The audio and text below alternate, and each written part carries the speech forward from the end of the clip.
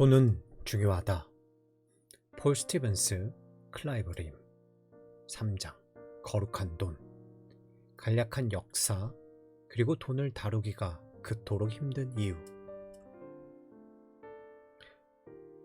고대 이집트 사제들이 그 노란색 금속에 붙여놓은 마술적 성질은 한 번도 완전히 사라진 적이 없었다. 존 메이너스 케인스, 금이 지닌 힘에 대하여. 나는 1960년대와 1970년대에 아시아에서 자랐다. 매일의 생필품은 전부 동네 구멍가게에서 샀다. 그때에는 싱가포르의 모든 마을에 구멍가게가 적어도 하나씩은 있었다. 가게 주인은 거의 모든 손님의 이름을 알았다. 어머니는 내게 얼른 가게에 뛰어가서 식용유나 소금, 건어물을 사오라고 시키곤 하셨다. 그러면 나는 외상 내역이 기록된 작은 수첩을 가져갔고 가게 주인은 거기에 새로운 내역을 추가했다. 그런 식의 거래는 오늘날 우리가 통화의 신뢰성이나 사업상 거래처 사람들을 믿는 것과 마찬가지로 모두 신뢰의 바탕을 두고 있었다. 우리의 외상 장부는 한 달에 한 번 아버지가 월급을 받으실 때 정리되었다. 가게 주인들과 좋은 신용 기록을 유지하는 것은 지속적인 신용 거래를 보장하는 데 결정적이었다. 가게 주인이 잘 모르는 고객이나 신용이 좋지 않은 고객은 현금 거래를 해야 했다. 50년이 지난 지금 이런 외상 거래 관습은 아시아에서 여전히 일반적이다. 우리 두 사람은 최근 한국의 제주도 남쪽에 사는 목사를 방문했다. 우리의 방문을 기뻐한 이 목사는 우리를 데리고 동네 해산물 식당에 점심을 먹으러 갔다. 점심을 먹은 뒤 그는 작은 수첩들이 놓여있는 책상으로 걸어가 자신의 이름이 적힌 수첩을 집어들었다. 그는 거기에 날짜와 점심을 먹은 사람 수를 적었다. 알고 보니 그의 가족은 그 식당에서 자주 밥을 먹었고 그들이 먹는 식사는 모두 이 장부에 기록해 두었다가 한 달에 한 번씩 밥값을 계산했다. 고대 세계에서도 이런 동일한 방식의 거래가 이루어졌다. 그러나 차이가 있었다. 고대 세계에서 대부분의 돈의 은행, 자동인출기, 대출업자가 아닌 신전을 통해 순환되었다. 고대 평범한 바빌론 사람들은 여러 잡다한 물건을 사기 위해 무엇으로 값을 치렀을까? 구리 팔찌나 은덩어리로 냈다. 신전이 통제하지 않는 어떤 물건들의 가격은 공급과 수요에 따라 오르내렸다. 경제사가인 윌리엄 괴츠만은 바빌론 사람들이 은보니 가격 제도를 사용하여 돈을 낸 것을 기록했을 것이라고 말한다. 동네 가게 외상 기록처럼 말이다. 이런 제도는 장부 기록 체제에 대한 공통의 신뢰 기초에 있을 때, 그리고 정직하다는 평판을 듣는 곳에서만 유지될 수 있었다. 괴츠만은 그것이 서로가 아는 사이이고 외상값 정리를 할 수 있게 충분히 자주 만나는 사람들 사이에서 거래가 우세하게 발생했던 배경이라고 말한다. 그것은 오래전이었다. 오늘날은 어떤가? 일부 경제학자들은 돈이 교환 촉진을 위해 만들어졌다고 주장한다. 그들의 설명은 이렇다. 우리 조상들은 다양한 물품을 교환하기 시작했고 그러한 교환은 그들의 삶을 더 쉽게 해주었다. 바로 그러한 교환에서 모든 사람이 받아들일 수 있는 물건으로서 돈이 만들어졌다. 돈의 사용은 점차 물물 교환을 대체했고 사람들 사이에서 효율적인 교환을 촉진했다. 오늘날 대부분의 사람들은 지폐이든 동전이든 혹은 통장에 찍힌 숫자이든 돈을 중립적 재화로 본다. 이는 대체로 돈을 효율적인 교환을 위한 중립적 수단으로 보는 시각에 힘입은 것이다. 효율적 차이를 만드는 것은 우리가 돈을 사용하는 방식이라는 것이다. 반면 인류학자들은 돈이 교환을 위해서가 아니라 5,000년 이상 전에 고대 근동의 신전에서 사용되기 위해 만들어졌다고 믿는다. 그들은 돈이 고대 신전에서 기록하던 장부의 단위로서 고안되었다고 말한다. 따라서 돈에는 영혼이 있다.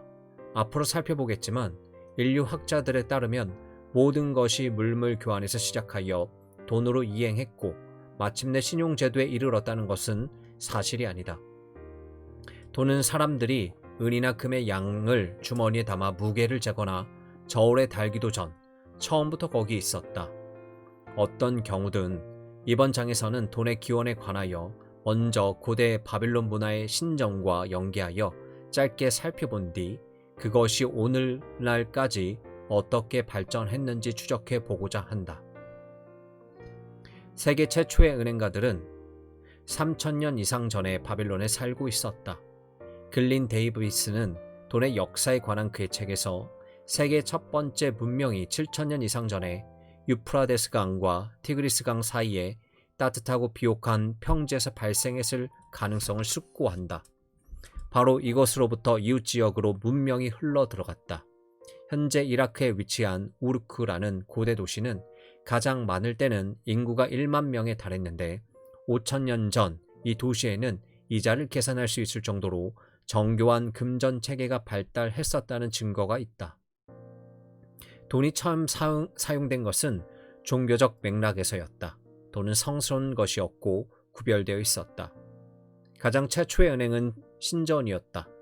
고대 메소포타미아의 초기 수메르 도시들에서 신전은 정치적, 종교적 삶의 중심이었다. 사람들이 도시로 이주해 옴에 따라 주변 농지에서 식량을 들어와야 했다. 이미 정치적 중심이었던 고대 바빌론의 신전은 또한 식량 분배를 위한 경제적 중심이 되었다. 이는 도시가 그 도시를 다스리는 신의 소유라는 믿음에 근거했다. 신전은 신을 대행했고 도시 국가의 풍요로운 땅을 지배했다. 신전은 수천 명의 막일꾼과 숙련된 장인을 불러 모으는 도시의 핵심 고용주였다. 농부들 역시 아마도 신전에 고용되어 신전 제사장과 감독관의 권위 아래 일하는 피고용자였을 것이다. 곡물은 신전에 쌓아 보관해 두었다가 제사장의 권위 아래 거주민에게 분배했다. 물론 상점가와 소규모 시장들도 있었지만 성전이 중앙시장 역할을 했다. 성전의 저장고는 수확률이 좋지 않거나 홍수 때문에 작물이 해를 입었을 때 부족한 식량 공급을 완충하는 기능을 담당했다. 그 극적인 예가 성경에 나오는 요셉 이야기다. 그는 기름지고 풍요로운 7년 동안 남는 곡식을 저장했다가 메마른 기근이 찾아온 다음 7년 동안 이를 재분배했다. 이러한 모든 거래에는 회계를 담당할 사람이 필요했다. 서기들이 등장하는 순간이다. 서기들은 성전 저장고에 들어오고 나가는 것을 기록했다. 성전에 저장하는 물품은 마침내 곡물, 과일, 가축, 귀금속을 포함하게 되었다. 엄청나게 다양하고 많은 양의 죄악을 기록하기 위해 은의 양의 기초한 표준 척도가 만들어졌다. 굉장히 다양한 죄악가 은 단위로 측량되고 거래와 교환이라는 목적을 위해 서로 비교되었다. 귀금속을 이용한 그러한 단위가 바로 우리가 알고 있는 돈이 된 것이다.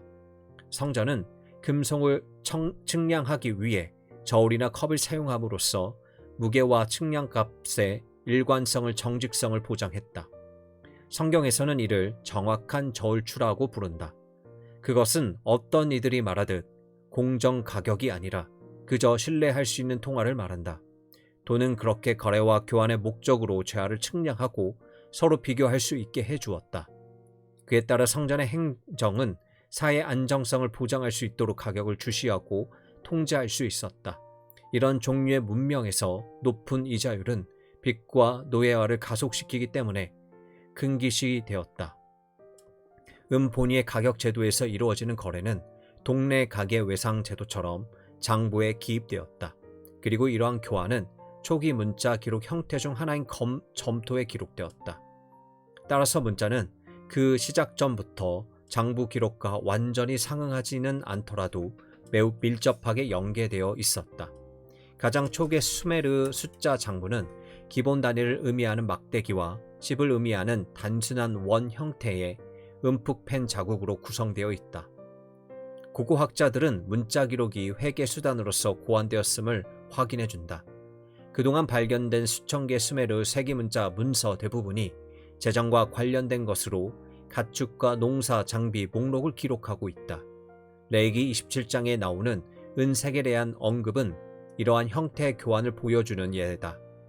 주전 3500년 전부터 표준 통화 단위는 은세겔이었다. 은 한 세겔은 보리 한 그루 또는 부셸과 같았다. 부셸은 30리터에 해당하는 측량단이다. 성경에 아브라함과 그의 가족이 처음 등장한 것은 바로 이러한 경제, 은자, 사회를 배경으로 한다. 아브라함은 갈대아의 우르라는 도시와 관련하여 처음 언급된다. 우르는 농부와 목축업자뿐 아니라 어부와 해상무역업자들로 구성된 아마도 25,000에서 4만 명 인구가 사는 항구 도시였다. 1920년대에 레너드 울리 경은 우르의 고대 도시를 발굴하여 직과, 상점, 학교, 예배당을 찾아냈다. 바로 아브라함이 자란 곳이다. 그러나 결국 아브라함은 하란으로 이주했고 그런 뒤 하나님의 특별한 부르심과 주도권에 따라 어디로 가고 있는지 알지 못하는 채 팔레스타인으로 이주했다. 아브라함과 그의 유목민 자손은 거기에 정착했다. 결과적으로 하나님은 모세에게 율법을 주셨고 이 율법 제정은 하나님의 그의 백성과 맺으신 언약의 생활 방식을 성문화했다고 성경은 전한다. 율법은 일상에 다른 많은 일들뿐 아니라 경제생활도 규제했다. 따라서 아브라함의 후손인 히브리인들은 이방인과 거래를 할 때에는 이자를 받고 빌려줄 수 있지만 서로에게는 이자를 물릴 수 없다. 하지만 무엇보다 중요한 관심은 공동체의 보존이었다. 그들 가운데 가난한 사람이 있어서는 안 되었다. 그러나 이러한 관심은 이스라엘 공동체만의 고유한 특징이 아니라 오래전부터 존재했다. 이자율 제한은 공동체의 안정성을 우선시하던 고대 경제생활의 흔적이다. 고대 사회에서 가격은 관습에 의해 정해졌고 오늘날처럼 공급과 수요가 아닌 공동체의 이익이 동기가 되었다. 이는 거룩한 관심이었는데 특히 개인보다는 공동체에 초점을 맞추었기 때문이다. 현대 각 개인은 그들이 지닌 가치에 따라 값이 매겨진다. 그러나 이스라엘에서는 돈으로 사람의 가치를 매길 때 공동체적 맥락에서 그리고 공동체 유익을 위해 그렇게 했다. 그러한 예는 성경에서 발견된다. 레위기 27장 1절에서 8절에서 주님께 드리기로 서약한 사람들은 연령과 성별에 근거해 각기 다른 값이 매겨졌다. 나이 20에서 60 사이의 남자는 50세겔, 여자는 30세겔, 1개월에서 5살 사이의 아이는 3 또는 5세겔 이런 식이다. 성별과 연령에 따른 불평등이 현대인의 눈에는 유독 두드러져 보인다. 그러나 고대 성경적 경제 안에는 은혜가 존재한다. 예를 들어 서약을 한 사람이 너무 가난해서 정해진 액수를 낼 수 없는 경우에는 그 사람을 제사장에게 데리고 와서 서약한 사람이 감당할 수 있는 능력을 따라서 값을 정하여 주도록 했다. 이런 식으로 값을 매기는 것은 성전에서 관장했는데 이는 돈이 거룩하기 때문이었다. 이후 이스라엘 역사의 왕정시대 초반에 성전의 거룩한 돈은 다윗 왕의 개인 자산 덕에 크게 늘었다. 다윗 왕은 그 아들 솔로몬이 성전을 짓는 데 사용하도록 금과 은, 철, 목재, 만호, 청옥, 여러 색깔의 돌과 그 밖에 여러 보석과 대리석을 따로 떼어 놓았다. 다윗은 성전 벽을 입히는 데 쓸 오빌의 금 3,000달란트와 정련된 은 7,000달란트를 개인적으로 드렸다. 솔로몬 성전의 지성소에만 레바논 백향목으로 내부를 마무리하고 600달란트의 금박을 입혔다. 따라서 성전은 눈에 보이는 종교의 중심일 뿐 아니라 경제적 실세의 공간이었다. 그리고 성전은 거기서 이익을 얻었다. 헌신된 예배자들은 성전에서 헌물과 11조와 제물을 드렸다. 예루살렘에서 너무 멀리 떨어진 곳에 살아서 절기에 제사 드릴 동물을 직접 가져올 수 없는 히브리인들은 풍성한 소출을 은으로 바꾸어 성전에서 필요한 식량과 제물을 사고 바로 그곳에서 그들 자신을 위한 포도주와 좋은 음식을 사서 먹고 즐거워하게 했다. 곧 잔치를 벌이는 것이다. 얼마나 놀라운 하나님 나라의 그림인가. 그러나 이 모든 것은 성전의 수익이었다. 예배자들에게 필요한 제사용 고기와 먹을 것을 판매함으로써 이득을 취할 수 있었기 때문이다. 사실 성전의 가장 큰 수입원은 모든 이스라엘 남자에게 내도록 한 성전세 반세겔이었다. 그러나 성전은 지역 경제를 뒷받침하기도 했다. 상당수 제사장과 레위인이 성전에서 급료를 받았다.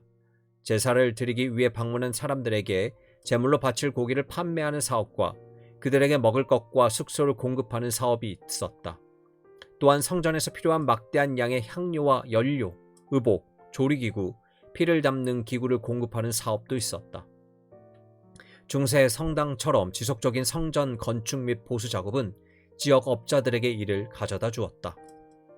요세푸스에 따르면 헤롯이 성전 재건을 끝마쳤을 때 해고된 사람이 18,000명이었다. 그러나 이 모든 것은 성전을 취약하게 만들기도 했다. 성전의 부와 금은 유대인의 자랑이었지만 이스라엘 역사 내내 성전은 탐욕스러운 침략자들의 자석처럼 끊임없이 끌어당겼다. 솔로몬이 죽은 뒤 이집트의 시삭 왕은 주전 925년 예루살렘을 침공한다. 시삭은 병거 1200대와 기병 6만 명, 그리고 이루 헤아릴 수 없이 많은 리비아와 숲과 에티오피아 군대를 이끌고 왔다. 시삭은 유다의 요새 성읍들 정복했고 예루살렘에 와서는 주님의 성전 보물과 왕실 보물을 하나도 남기지 않고 다 털어갔다. 솔로몬이 만든 금 방패들도 가져갔다. 요아스 왕과 요시야 왕 통치 때에는 백성들이 성전 보수를 위해 많은 헌금을 바쳤지만 이러한 성전 재산의 많은 부분이 위협적인 이방 권력에 기꺼이 조공을 바치고자 한 유대 왕들에 의해 반복적으로 강탈당했다. 유다의 아사 왕은 아람 왕 벤 하다닷이 이스라엘과 맺은 동맹을 깨고 이스라엘 왕 바하사를 공격하게 만들기 위해 남아있던 모든 금과 은을 그에게 보냈다. 이스라엘의 여호아스 왕은 예루살렘을 침공하여 성벽 400자를 허물고 주님의 성전과 왕궁의 보물 창고에 있는 금과 은과 모든 그릇을 약탈했다. 아하스는 주님의 성전과 왕궁의 보물 창고에 있는 금과 은을 모두 꺼내어 아시리아의 왕에게 선물로 보냈다. 아하스는 여기서 멈추지 않고 노쇠로 된 제단을 제거하고 다마스쿠스의 제단을 모방한 것으로 대체했다. 아시리아 왕이 유다를 위협할 때 유다 히스기야 왕은 그를 달래기 위해 성전에서 은 300달란트와 금 30달란트를 내주었다. 이런 식으로 성전의 보물은 거듭해서 강탈당했고 때로는 침략해 온 왕들에게 화친을 위한 조공으로 사용되었다. 성경은 이방인들에게 방대한 성전 보물을 보여주는 매우 어리석었던 거창한 관람에 대해 말한다. 히스기야 왕이 어리석게도 바빌론의 사절단에게 자신의 보물들을 조사하도록 자리를 마련해 준 것이다. 히스기야는 그들을 반가이 맞아들이고 보물 창고에 있는 은과 금과 향유와 무기고와 창고 안에 있는 모든 것을 그들에게 다 보여주었다. 히스기야는 그들에게 궁궐과 나라 안에 있는 것은 하나도 빠짐없이 모두 다 보여주었다. 그 모든 것은 예루살렘이 강대한 바빌론에게 끝내 함락당할 때 빼앗기고 만다. 주전 587년 바빌론 느부갓네살 왕은 예루살렘을 포위했고 성전에 난입하여 보물을 약탈해 갔다. 로마 시대에도 예루살렘 성전은 다시금 약탈당한다. 주 66년 예루살렘 성을 장악한 유대 반란군을 진압하기 위해 티투스는 티베리우스 율리우스 알렉산더와 함께 로마 군대를 이끌고 와서 성을 포위하고 함락시켰다. 8월 30일 포위는 도성 약탈과 2차 성전의 파괴로 끝났다. 그러나 종교적 예배 중심지와 돈의 관계는 고대 세계와 히브리 공동체만 아니라 그리스 문명에도 존재했다. 고대 그리스에서 왕과 그의 제사장들은 공동체 전체를 대표해서 제사를 지냈다. 이런 맥락에서 독일 경제사학자 베른하르트 라움은 언어학과 고고학 증거를 토대로 돈을 가치 측정 수단으로 처음 사용한 것이 고대 그리스의 이러한 제의적 관습까지 거슬러 올라갈 수 있다고 주장한다. 돈은 공동체의 제의적 식사 의례에서 종교 권위자들에 의해 분배되는 일정한 제의용 황소고기와 연계되어 있었다. 라움에 따르면 모든 절기 음식은 제의적이었다. 다양한 제사 의식에 돈을 낸 사람들에게 배분하기 위해 짐승을 잡고 고기를 준비했다. 종교 권위자들이 지켜보는 가운데 각 사람은 그 자리에서 고기를 소비했다. 재분배 의식은 모든 이에게 공정하고 평등하게 분배되는 것을 보장했다. 그러나 평등이라는 개념은 모든 참여자에게 똑같은 양이 배분되었다는 의미가 아니다. 고기의 양은 그 사람의 사회 계급에 상응하여 배분되었다. 피타고라스와 플라톤의 철학에 나타나듯 평등주의 원칙은 비례적 혹은 기하학적 평등의 원칙으로 알려진 것에 기초했다. 따라서 각자에게 그들 자신의 공정하고 평등한 몫을 배분함으로써 종교의식은 공동체 내의 분배적 정의와 조화의 외관을 갖추고 코이노이아의 정신을 자라게 했다. 따라서 공적 권위의 핵심인 제사장들은 돈을 일종의 분배적 정의의 형태로 사용했다. 따라서 다시 한번 고대 그리스에서도 돈의 사용은 정의와 평등의 외관을 확립하는 종교적이고 사회적인 역할을 감당했다. 라엄에 따르면 호메로스의 시에서 왕의 선물이나 매우 값비싼 선물은 수소의 숫자로 계산되었다. 방패, 금으로 된 술 장식, 아름다운 소녀 같은 귀한 물품은 수소 넷, 9, 12, 20 혹은 100마리의 가치를 가질 수 있었다. 황소와 수소는 제우스나 소의 눈을 가진 헤라의 화신을 상징한다고 여겨지면서 성스러운 동물로 취급되었다. 라엄은 이러한 특별한 선물들이 시장에서 교환하기에는 부적합한 부의 정점이자 왕의 재산이었다고 주장한다. 저명한 경제학자 존 메이너스 케인스는 문명화된 돈의 역사가 문명의 시작인 도시혁명과 연관되어 있다고 보았다.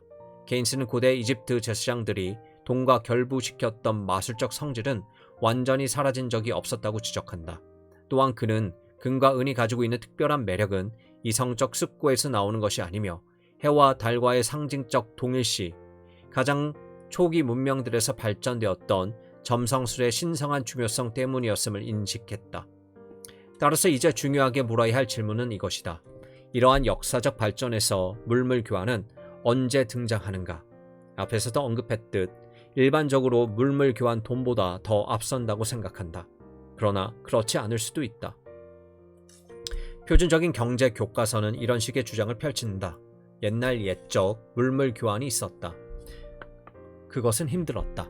내가 제공하고자 하는 것을 원하는 사람이 항상 있는 것은 아니었다. 그래서 사람들은 돈을 만들어냈다. 그런 뒤 은행과 신용의 발전이 따라왔다. 학교와 박물관에서 제시하는 이런 개념은 일반적으로 받아들여진다. 이론가와 철학자들의 지원을 받았고 많은 경제 사상의 토대를 형성했다. 그러나 인류학자들은 그 반대가 맞는 것처럼 보인다고 주장한다. 5,000년 이상 전에 돈 혹은 신용제도가 먼저 만들어졌고 물물 교환은 그 다음에 왔다는 것이다. 사람들이 장부나 측량의 단위로서 돈을 사용하는 것이 익숙해진 뒤 말이다. 인류학자 데이비드 그레이버는 아마도 월가를 점령하라, 시위 조직자와 우리가 99%다라는 진솔한 슬로건으로 세상에 가장 잘 알려져 있을 것이다. 베스트셀러이자 수상작인 그의 책 부채, 첫 5,000년의 역사 두 번째 장에서 다른 인류학자 및 역사가들과 마찬가지로 그레이버는 물물 교환이 먼저였고 그 다음에 돈과 신용이 따라왔다는 표준 경제학자들의 돈 이론을 비판한다. 물물 교환이 먼저였다는 의견을 따라가면서 그는 물물 교환이 아리스토텔레스의 정치학에서 처음 등장하는 것을 보여준다. 아리스토텔레스는 편의품을 직접 교환이 자연스럽고 자연적인 요구사항을 충분히 충족시킨다고 말한다. 자연적 교환은 재산에 대한 권리에 기초한다. 아리스토텔레스는 물물 교환을 어떤 한 가정의 필요보다 생산이 더 많아지게 만드는 전문화의 자연스러운 결과로 보았다.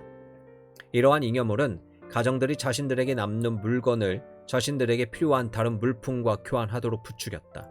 그 뒤 1776년 고레스고의 도덕철학 교수였으며 종종 경제학의 아버지로 여겨지는 애덤 스미스는 이러한 아리스토텔레스의 견해를 더 멀리 끌고 간다.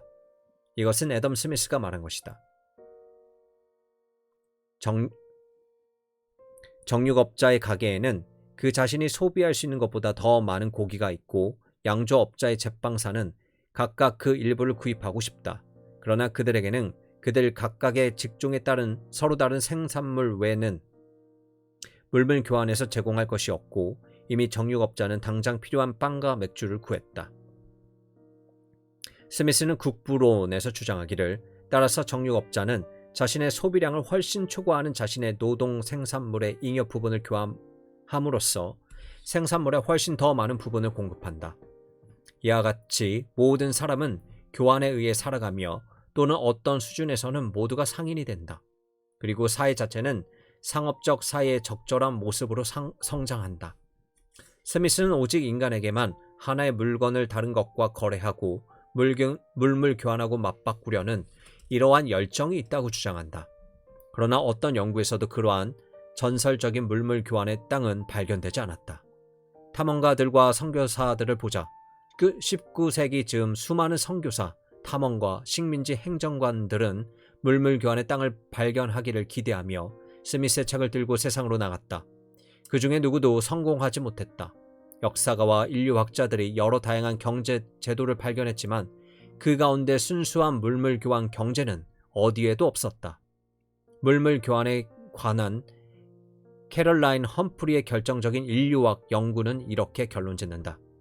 물물 교환 경제로부터 돈이 출현한 것은 고사하고 순수하고 단순한 물물 교환 경제를 보여주는 예는 어디에도 서술된 적이 없다. 유효한 모든 민족학 연구는 그런 것에 존재한 적이 없음을 시사한다. 브라질 호주 아넘랜드 서쪽의 윙구족, 파키스탄 북부의 푸크툰족의 여러 원주민 문화를 연구한 그레이버는 모든 사람이 함께 살면서 서로를 돌보는 공동체에서는 서로를 공정하고 정직하게 대하려는 바람이 존재한다고 주장한다. 물건을 교환하더라도 그것은 서로를 위한 선물처럼 여겨지기 쉽다. 반대로 한 물건을 다른 물건과 직접으로 맞바꾸면서 나에게 가장 유리한 거래를 하고자 노력하는 것은 보통 나와 상관없거나 다시 볼 일이 없는 사람들과 거래하는 방식이다. 물물 교환에서 시작했고 그 다음 거추장스러운 물물 교환을 대체하기 위해 돈이 생겨났으며 그 다음 마침내 신용제도를 발전시켰다는 표준 경제 교과서의 주장은 맞지 않는 것처럼 보인다. 인류학자들은 그 반대라고 믿는다.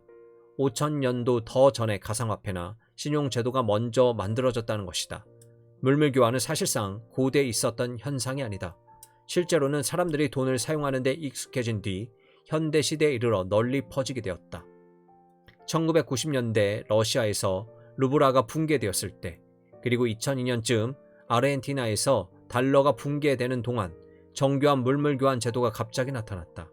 국부론이 출간되고 몇 년 뒤 학자들은 돈의 기능을 했던 물고기, 못, 조개 껍데기, 담배 같은 물품의 예들은 대부분 돈을 장부의 기록이나 가치의 단위로 사용하는 데 익숙한 사람들이 사용하던 것임을 발견했다. 우리가 가치의 측량 단위로서의 돈이 오랜 역사를 가지고 있으며 아마도 물물 교환보다도 더 오래됐을 수 있음을 살펴보았다. 소라 껍데기나 담배 같은 물리적 사물은 가치 측량 단위로 사용되었다. 이것이 돈이었다. 그러나 귀한 금속, 특별히 은과 금이 있는 곳에서는 이것들이 돈의 단위로 선호되었다. 그러나 이러한 가치 측량은 결코 중립적이지 않았다. 처음부터 돈은 영적인 문제였고 성전을 거룩하게 관리하기 위해 성전 안에서 만들어졌다. 돈이 가장 먼저 사용된 것은 신성함의 장막 안에서 성전의 불을 조절하고 도시 거주민들 사이에 재화를 공정하게 분배하기 위해서였다. 성경에서 호명하는 모든 통치자들과 권세자들처럼 돈은 영적으로 어두운 면이 있다.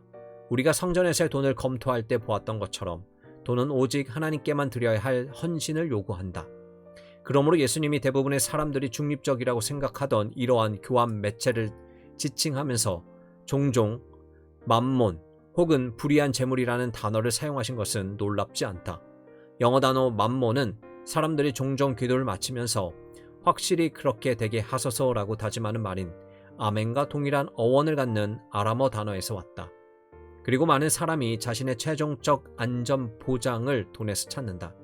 일상대에서 전능한 돈이라는 기묘한 연상, 작용을 일으키는 표현은 돈을 위안과 도움, 심지어 구원을 가져다주는 하나님처럼 생각하기 쉬움을 일깨워준다.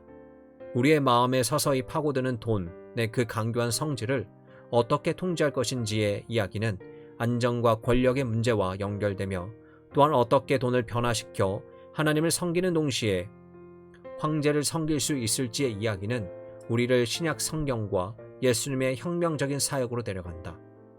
그분은 오늘날 전 지구적으로 믿음의 사람들을 괴롭히는 성속 이원론을 타파하셨다. 이제 그 이야기로 고개를 돌려보자.